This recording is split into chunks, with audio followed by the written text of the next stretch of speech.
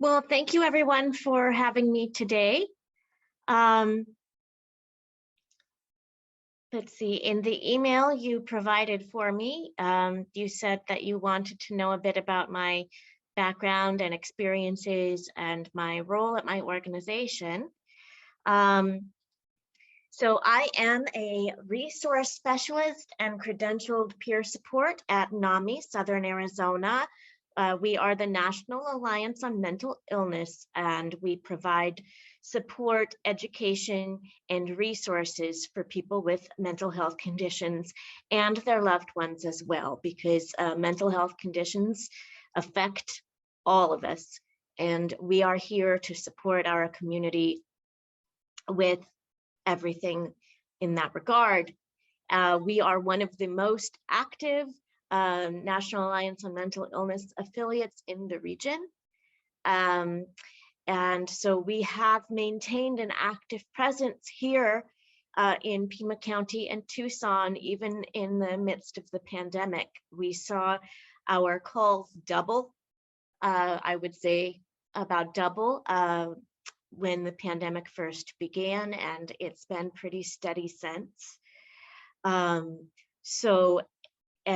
Let's see, if people are not aware, a peer support specialist is somebody who is working from lived experience when they are assisting individuals. And we ourselves offer our own peer support specialist credential program, which I facilitate those trainings.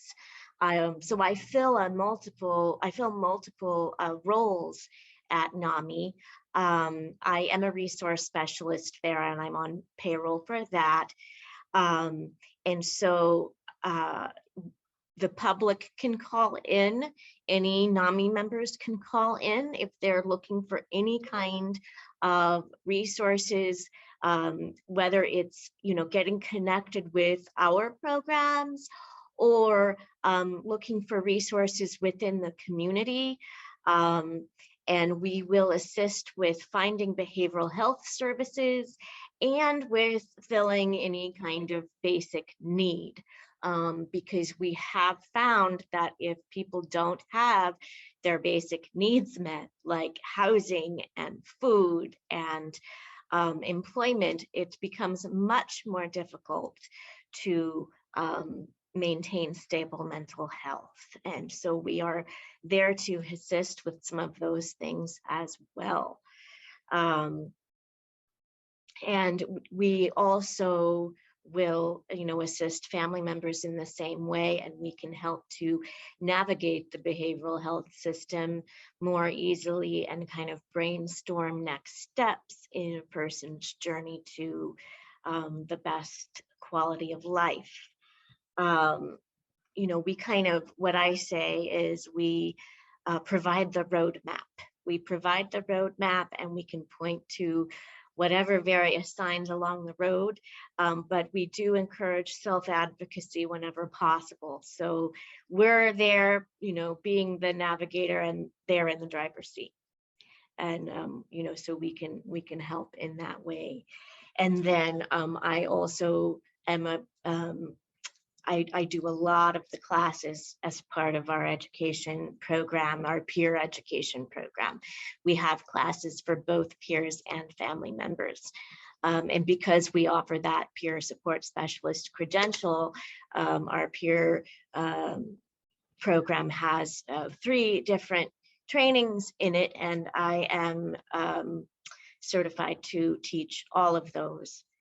And I love working at NAMI. Everybody is very, very supportive and, in all ways. And I'm really very pleased with how much of a positive impact we can make. Because it's kind of a tough environment out there right now. And a lot of us are experiencing a lot of emotional burnout, and so NAMI is able to kind of provide that extra support that's really, really needed right now, especially as we kind of transition back into pre-pandemic life and kind of navigate that balance between getting back to whatever normal is. I'm not really sure if there is a normal, but anyway, I digress a bit. Interestingly enough, I've been with NAMI for 7 years now. I began as a volunteer and then shifted into being a staff member. And then we had funding cuts. So I lost a position I had as a trainer, a training specialist. And then I was able to be rehired because of how much help was needed during the pandemic. But I've continued to stay involved. But my educational background is in something completely different, which I think is a common situation for many. And, life will lead us in all kinds of interesting and wonderful directions. So I actually have a bachelor's degree and a master's degree in creative writing and English. And so I spent, the first portion of my life very dedicated to that field and participating very much in Tucson's literary community. And I have books published and of poetry. Poetry was my concentration. I don't do that anymore. And I will say I'm a much happier person because I really am very passionate about direct service and helping people and being that voice of comfort for folks. And I wasn't really able to get that type of fulfillment as a writer. It was well suited to me at the time, but NAMI was really there for me when I needed it. And I have, a lot of things going on. I have my own behavioral health condition. We do operate from lived experience, as I said, and I also have a physical disability that I live with. And so, but it provides me with a very unique perspective and a unique empathy for other individuals that I'm very grateful for. Does anybody have any questions for me so far? Let's see, I saw a question pop up in the chat here. Let's see. So I have a question in the chat here about peer support certification for people with developmental disabilities. Now, what kind of developmental disabilities are you wondering about? Can you give me a couple of examples?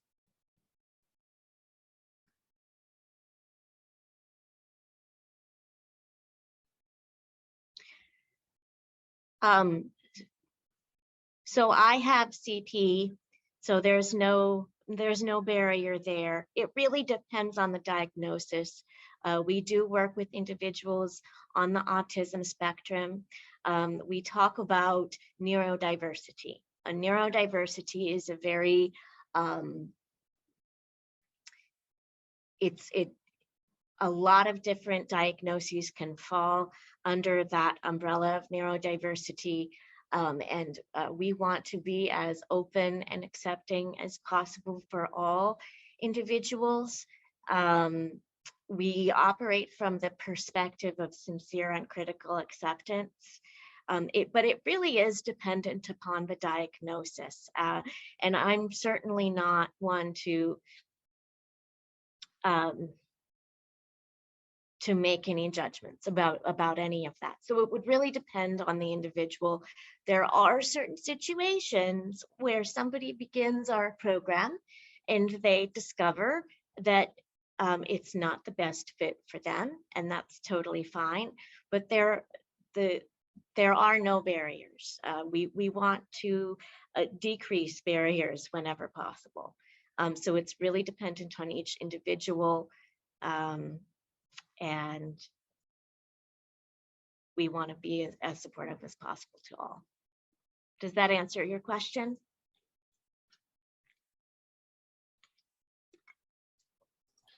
Yes, Lisa. Yes, Lisa, it does. Okay, good. Any other questions for me? I had a question. I may have missed this because I was kind of trying to multitask.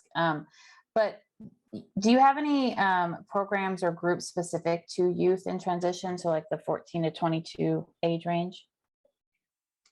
We have our Ending the Silence program.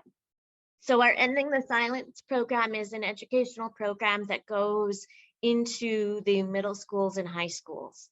And we do presentations on mental health. You know, it's a very broad overview of mental health and mental health conditions. But that's our main program that's targeted towards youth.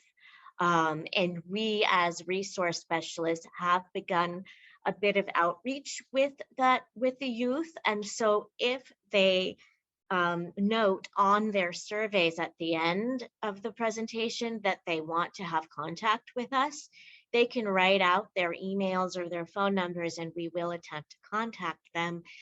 We've had some, it can be challenging to connect with the youth. We do attempt to do that. But a lot of times our calls will go to voicemail and things, but we do want to, you know, increase that contact, and we're looking for ways to do that. And if any young person wants to call, we're more than happy to work with them. Most of our calls do come from the adult population. A lot of our calls come from family members trying to help their loved ones navigate the behavioral health system, and that's fine. But we're not opposed. We're not opposed to working with youth, but that's kind of our main program that deals with that. And I used to do a lot more presenting for that program and our In Our Own Voice program. So our In Our Own Voice program is a similar program, but for adults and for community organizations. Does that answer your question? It does. Although Deborah Wynn asked, it says, she said, it would be great to have detailed support you offer youth in transition we can share. They're so apprehensive. Detailed support. When you say detailed support, can you give me an example?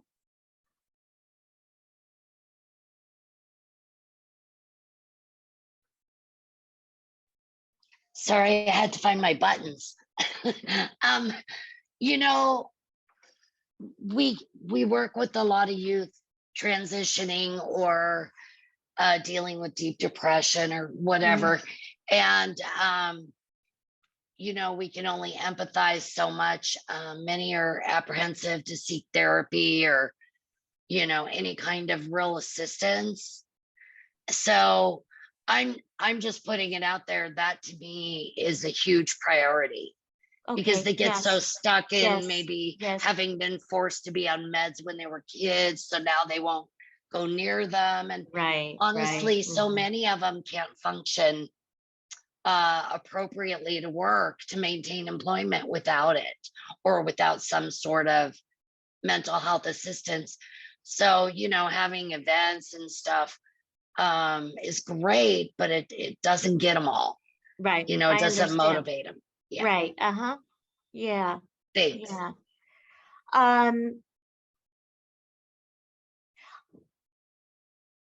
I do have lists that I reference as far as community organizations within the community that can help more in a narrower way. So like if an individual has autism, let's say, you know, I can refer them to the Autism Society of Southern Arizona. I think that's what it's called now. You know, so there are different agencies that I am aware of. So if there is something, you know, if NAMI does not have a service that they can utilize, it's my job to know what other resources are available in the community that would meet that need. And I think that any peer support that we offer, you know, we're more than willing to do that for the youth. And I think just thinking about myself, as a youth and thinking about the work that I do with the adult population, all of us really want validation, empathy, and connection, and just a non-judgmental listening ear. That's the best thing that you could possibly do for anyone, especially a young person. So if it is best when we feel welcomed and safe, and if we can be vulnerable with one another. And so, we're more than willing to do that and have open, equal conversation. Let's see, I'm seeing some other things come in here through the chat. I want to be sure to address everything for you.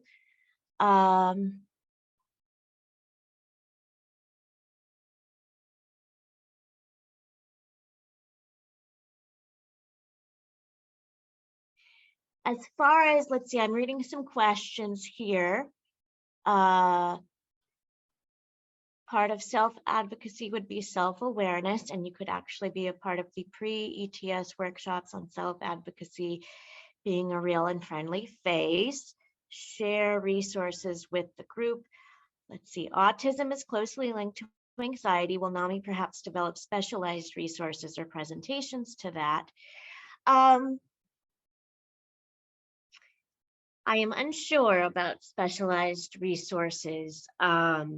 We do want to serve everyone. Our approach is pretty broad, but as I said, if there is something that somebody needs that NAMI does not provide, I am more than happy to track that down. And I have lists and lists and lists of different resources. So, as far as providing resources to the group, I'm more than happy to provide that. I will put why don't I do this? I will put my email in the chat just to make sure everybody has it. And if you want to get in touch with me after the meeting or give me a call, I'd be more than happy to work with you to meet whatever need that you may have. And as far as specialized resources, again, we are always open to new perspectives, and we do update our curriculum for the classes on a fairly regular basis. So we added a section. I mentioned neurodiversity earlier. We added a section on neurodiversity fairly recently, and we talk a bit more about autism in the educational programming. So we do update it periodically, but as far as NAMI's mission, we try to be all inclusive, if that makes sense. Let's see. Okay. Do we have any other questions?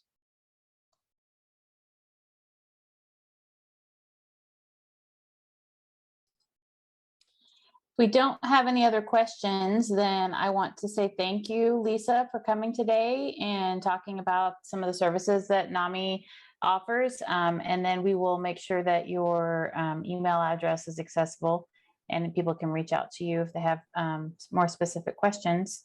Wonderful. In the future. Thank you so much for having me. Of course. Okay, so we are going to pivot, and Gianna, is it Zola? Did I say it right? Yep. Okay. Yes, you did. Would you like me to, I'm sorry to interrupt. Would you like me to stay logged on, or? That's up to you. If you want to hear, Gianna Zola is going to talk to us about sex ed resources for youth in transition. So if you'd like to hear about that, then you're welcome to stay. All right, thank you. Okay, yeah. All right, Gianna, it's up. You have the floor. Perfect. All right, I'm going to just share my screen. 1 second.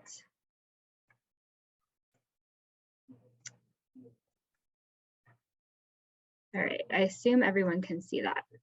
Yes, okay, perfect. So hi everyone, my name is Gianna Zola and I am with Special Olympics Arizona. I am our Health and Athlete Leadership Senior Coordinator. So I essentially oversee all of our health and fitness programming, as well as our leadership programming for individuals with intellectual and developmental disabilities. And I'm going to start off just by giving you an overview of what Special Olympics is, and then more specifically go into our new sex education and healthy relationships program. And if you have questions throughout, feel free to unmute yourself or you can put it in the chat.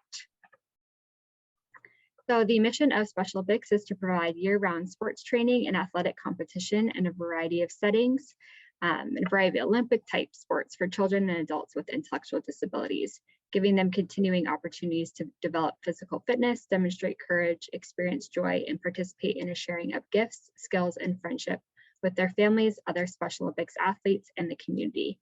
And throughout the presentation, I may say athletes, and that essentially is the term that we use for participants in our program that have an intellectual or developmental disability, and partners are those without. So we do programming for people with and without IDD. The goal of SOAZ, or Special Olympics Arizona, is to empower the over 180,000 Arizonans with intellectual disabilities to be healthy, productive, and respected members of society through our year-round sports training, competitions, and support programs. Support programs is essentially any programming that we offer that is not directly related sports. So our health programming, our leadership programming, our school programming, all of those fall under the umbrella of support programs. We do offer opportunities for individuals of all ages to be involved. We have a program that is designed for those as young as 2 years old called our Young Athletes Program. And then as they transition throughout their life, they're able to participate in different ways through unified sports at the youth level or high school level. If they do decide to go to college, we also have an opportunity for that. Or if they decide to go into a more community-based setting, we also have community-based unified sports. So there is no age limit to participate in Special Olympics Arizona. We also are statewide. So we split up Arizona into 6 different areas. And you can see these areas on the screen, but we have programming in all areas throughout the state, from our river area, which encompasses Bullhead City, Kingman, Yuma, etc., to Coronado, and then of course here in the Valley and the Monument area, as well as the mountain area up north.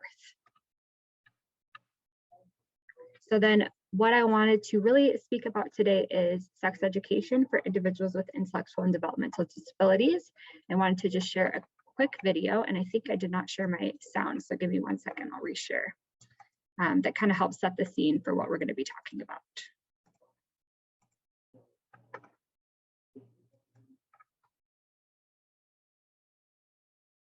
Sex ed for people with IDD. Welcome!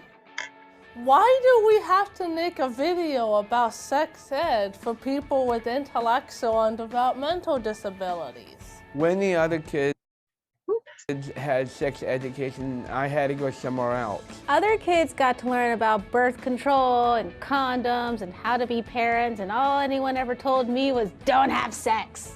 My parents had a big discussion about sex with my sister, who doesn't have a disability. But when I was growing up, nobody said anything to me. There are a lot of myths of sexuality and people with disabilities. Some people feel people with disabilities aren't sexual and that we don't need sex education at all. But that's not true. People also say people with disabilities are too sexual or hypersexual. If they start talking to us about sex, we're just gonna go right out and start having sex all over the place. That's not true either. Other folks think people with IDD don't have the same variety of sexual and gender identity. We do, and we shouldn't ignore that.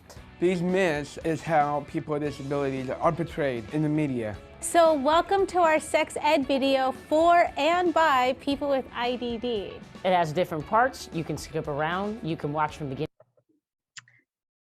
So I think they could set the scene better than I could. Oops, sorry about that. Go back to the presentation.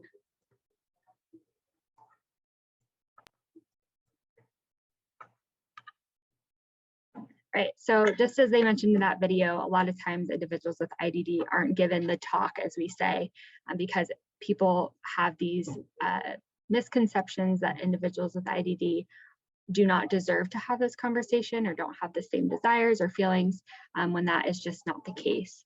And we can see some sexual health outcomes that are related to people with IDD here in this slide. So students with intellectual and developmental disabilities are consistently excluded from sexual health instruction, and many districts in Arizona specifically are not offering comprehensive sex ed. If it is offered, a lot of times they're not tailored to students with IDD, and teachers are also not trained on how to implement the curriculum or the materials that they're given. Adverse health outcomes are linked to a lack of comprehensive sexual health education, including increase in intimate partner violence and sexual assault, a higher rate of unplanned pregnancies and STIs. So actually, the more that we talk about sexual health and healthy relationships, the less we will see of this violence, sexual assault, unplanned pregnancies, STIs, etc. The rate of sexual violence victimization for people with IDD is actually 7 times greater than for those without a disability, and 12 times greater in women with IDD. So you can see those are really alarming statistics, and the reason why we're talking about this is so that we can hopefully change those numbers. Here are just a few more statistics. 83% of women and 32% of men with developmental disabilities are victims of sexual assault at some point in their lifetime. 49% of people with developmental disabilities who are victims of sexual violence will experience 10 or more abusive incidents, and people with intellectual disabilities are sexually assaulted at a rate 7 times higher than those without disabilities. And I apologize for not giving a trigger warning for any of these before, but as we continue to go throughout, if any of this is uncomfortable or if you need to take a step away, you're more than welcome to do that. Put your camera off, walk away if you need to, and I apologize for not setting that in the beginning. And we have some STI and pregnancy data. So this was from a 2011 study in Oregon for students in grades 7 through 12 who have low cognitive abilities or developmental disabilities. So 8% of the males in that category were reported to have an STI in high school versus 3% for the quote neurotypical males. 23% of females were reported to have an STI in high school versus 10 for neurotypical, and 40% of females became pregnant in high school versus 18 in the neurotypical population. So then what is sexuality? Because a lot of people think that it is just this one thing of we're talking about sex and that's it, but really it is so much more than that. And this just shows a few things that can fall under that umbrella. So it's about life and relationships with others, ourselves, and our bodies. And you can see on the right-hand side, just some of those bigger topics that can fall under the umbrella of sexuality. So reproductive health, gender role and identity, relationships, love and affection, body image, sexual orientation. And I would say that there's also that component of safety and violence prevention, self-advocacy as well. And I hope this video pops up. This is a video from one of our athletes at Special Olympics Arizona that is actually a part of our committee that has been working on this project that I'll go into a little bit more, but I wanted to share her point of view. Her name is Isabel.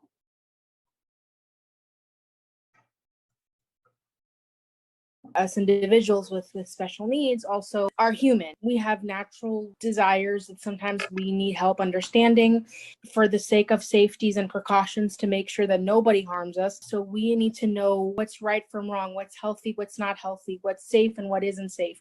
We need to learn that, yes, this happens to us because we're human. We should be treated as equals in how we're approached with it, and also given with respect and dignity.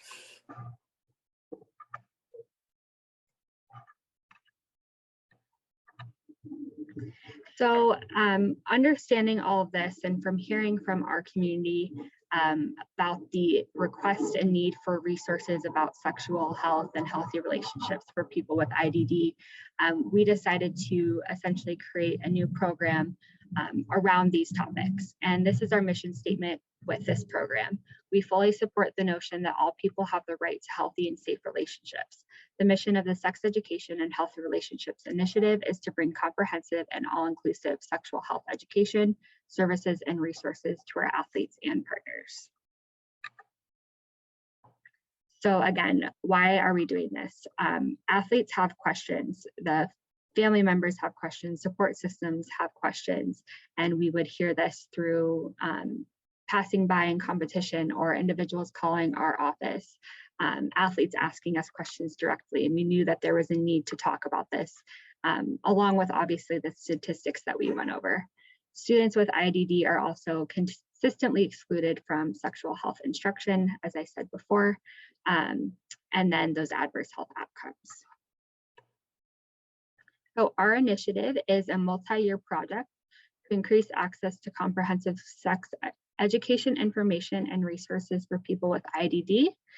This project did start in 2019, and it is essentially created through a collaboration of our athletes and families, staff, and a collective of subject matter experts. So we do have consultants that have helped put all of this together, as well as committee members that are comprised of athletes themselves, family members, coaches, staff from Special Olympics Arizona.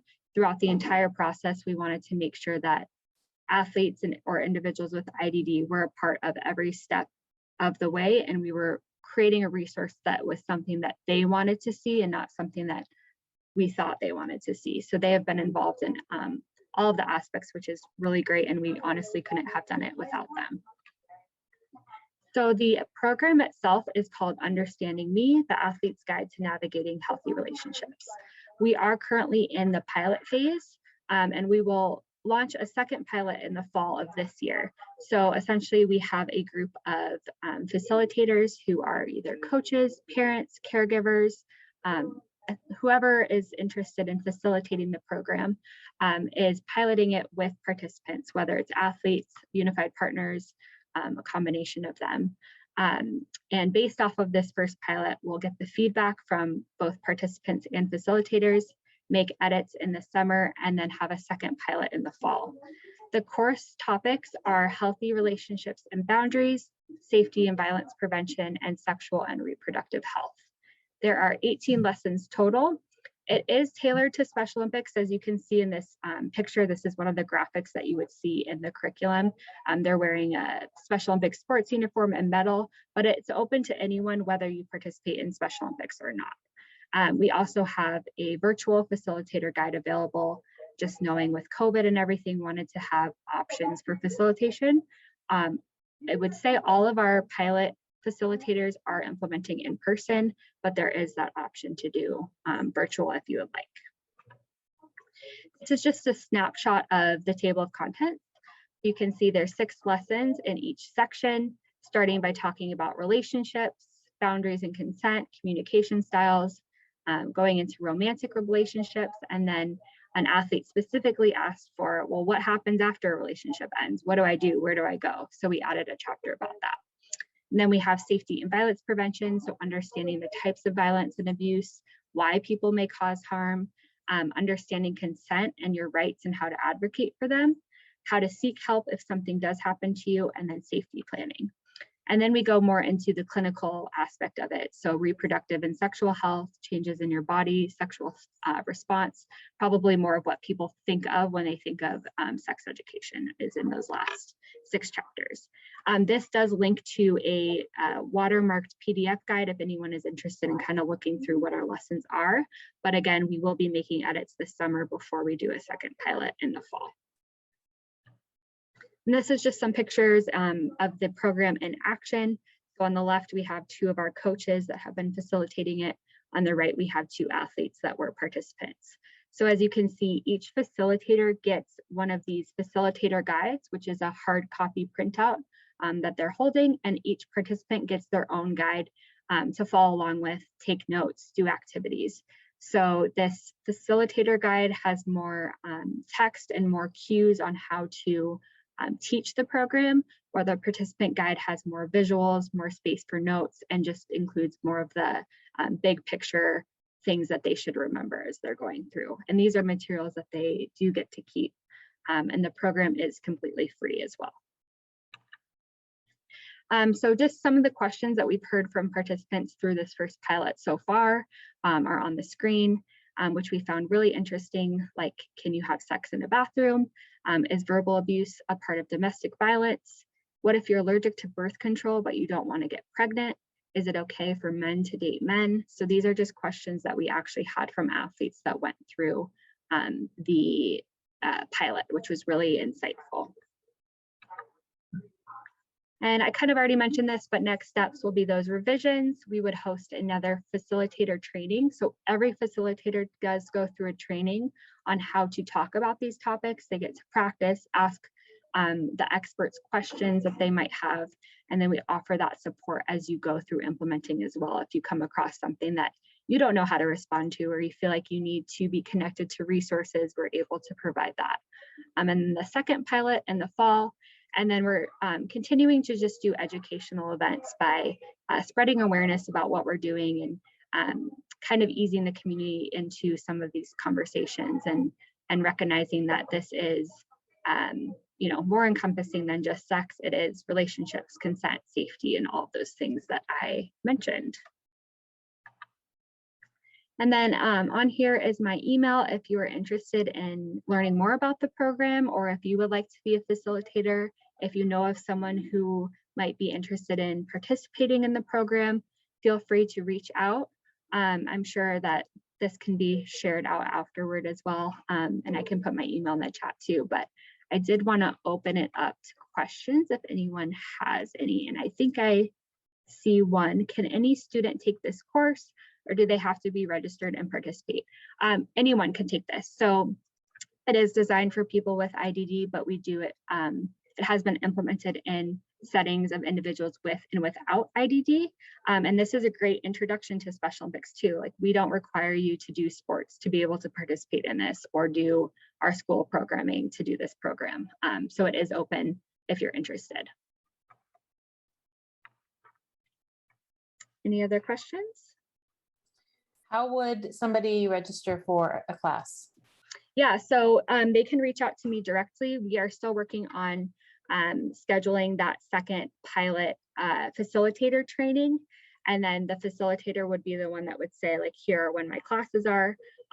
But if you have an individual participant that wants to be a part of the program, we are planning on hosting another virtual class that would be open to anyone, or I could try to connect you to maybe a facilitator in your area. So you would just email me directly and I would be able to help connect the dots.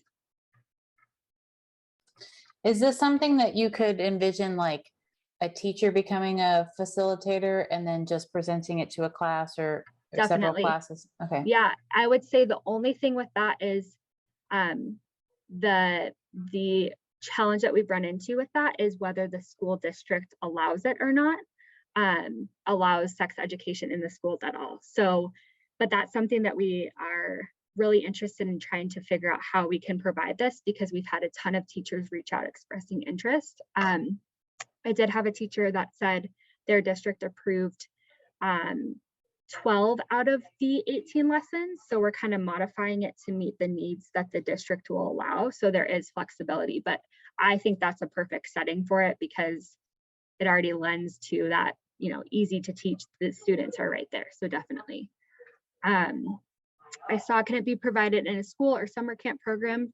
Yes, there are no strict requirements on where you facilitate the program. It could be, we've seen after sports practice, as a part of sports practice, in between, in a classroom setting, in a one-on-one at home setting. Some parents, you know, feel more comfortable having these conversations directly with their kids or their young adults. So they have chosen to become the facilitator and then just facilitate it with their child.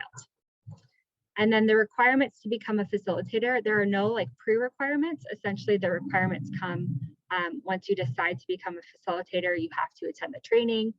There's a few pieces of paperwork that you have to complete. So all of that is provided after you, or actually before you go through that training, so you can decide if it's something that you want to do. And then Kathy said that Raising Special Kids offers a 2-hour workshop called Talking to Your, excuse me, Talking to Your Child About Sexuality. Thank you for that, Kathy. Yeah, I think that this is a huge gap, and nobody really knows where to go to get some information. So it's good that we have this starting point at least. And Kathy, I didn't know about yours either. So those are two good resources.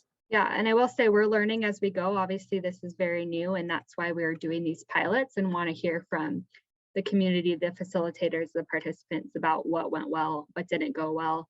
If there's things that we're missing, those are, things that we want to get out of the pilot programs.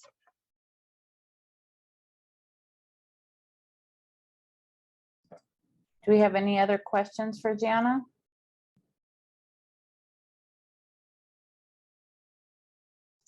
I know I've had people ask me about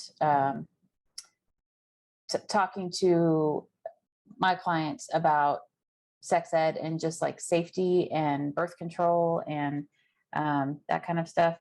And our hands are tied because we don't know what we're allowed to talk about. So at least we have a resource. Yeah, and I did see someone asked, will this go national? So in regards to Special Olympics, each Special Olympics state program is its own nonprofit, but we do share resources a lot. So the goal is to not just keep this in Arizona. We would love to be able to send it to the other Special Olympics state programs. The thing is, they would need to find probably some funding to be able to support their end of it. So it really just depends if the program has that and is interested. But the intent is to not just keep it in Arizona. We'd love to be able to share the resource to whoever wants to use it. Thank you. I just want to say thank you, because as an instructor who teaches transitioning youth to adulthood, it's a topic that needs to be addressed. And it's hard with districts and trying to find boundaries and lines, but I feel the same way. Just because you have a disability doesn't mean you should be shielded from sex education. In fact, you should have more education on it. Mm-hmm. And I will say, of course, and thank you for having me. And I will say that when we talk about this program to our athletes, a lot of them are very excited that we're offering this. They've been waiting for it. They've been having questions. Like, it's easier for us to almost get, interest and participation in this than it is some of our other things that we've had going on for years. So it's really cool to see that they want it and that they're, they have questions that they want answered. For sure. I can totally see that. As a teacher, I could totally see that. And I think starting with the statistics that you started with, and why it's important for youth to have this information is powerful. So I think that was a good way to start the presentation. Thank you. So does anybody else? Oh, Sochi, you have something? I was going to ask, would you be willing to come to maybe a district meeting and present? 100%. Yeah. Yeah. And I can always bring some of our consultants who have helped create it and have been in this space for a long time too, if that would be helpful. Wonderful. Yeah. Thank you. Awesome. Anybody else have any other questions for Gianna? Comments? I want to ask you, can we share her email with any teacher that need that kind of information? Can we share your email? Yes, definitely. I'm putting it in the chat too, so you have it. But yes, feel free to share it. Perfect. Thank you. And are you going to send us that PowerPoint that we can send out to the listserv? Okay. I'll email that to you as well. Okay, great. Yeah, so we'll follow up with an email with that PowerPoint after probably sometime next week.